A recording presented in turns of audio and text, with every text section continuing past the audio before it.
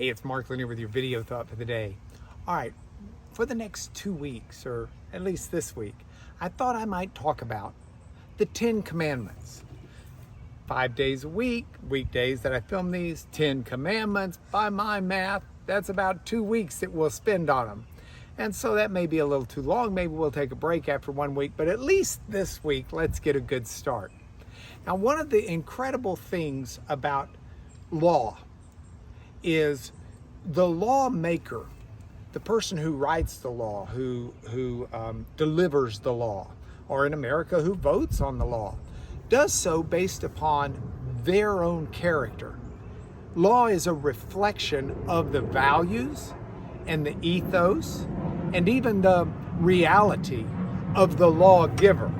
And so as we look at the 10 Commandments over the next week or two, what I'd like to do is see how they reflect not simply a legal instruction for Israel and others who follow them, but how they reflect the character of the person or the being giving the law. Remember, God is the lawgiver. The law was given through Moses. But this is not Moses just sitting around saying, gee, I wonder what laws I ought to come up with. These, Exodus says, are inscribed by the hand of God on stone. And so when we look at these should give us good insight into the character and the essence of who God is. So with that, let's look at the first one. Now, the 10 Commandments are found twice in the Bible, but we're going to be looking at them in Exodus chapter 20. And in Exodus chapter 20, it begins with, I'm the Lord your God who brought you out of Egypt.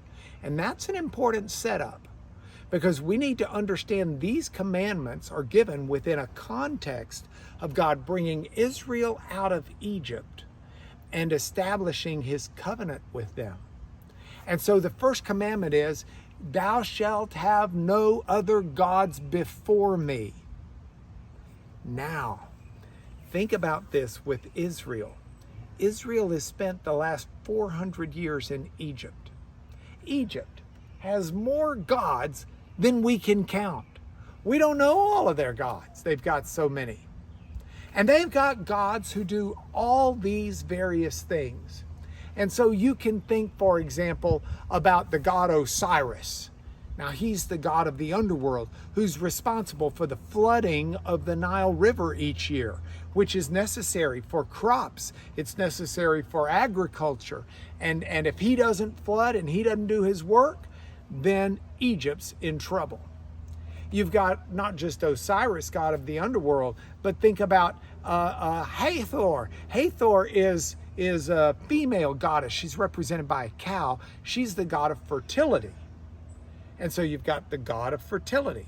You've got Isis, who's the god of mothering of sorts. She cures the sick, and she's an example of mother. You've got Thoth. He's the god of writing, who's responsible for inventing writing and helping scribes learn how and do it. Ptah, the god of craftsmanship, who helps them figure out how to do crafting, manufacture machinery, that type of information. Seth, the god of the desert.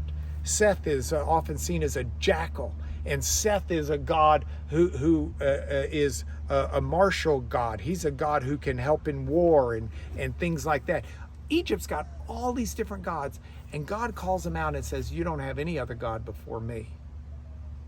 Because all of those other human-made gods are nothing compared to the God. Fertility issues? God, Yahweh, the God of Israel. Writing? God, the one God. Machinery? The one God.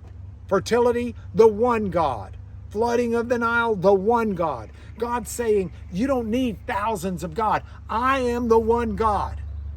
And you're not to have any other gods before me. Whatever your needs are, you come to me with those. You don't go to all of these different gods for each one. You don't need to learn which god's over which. You don't have any gods before me. And this still speaks to me in the 21st century, even though I don't have a tendency to worship Thoth or Ptah. But it still speaks to me because I need to remember every need I've got, I bring to God. And God may work through the rivers, and he may work through the desert, and he may work through fertility, and he may work through the corn, and he may work through fill in the blank.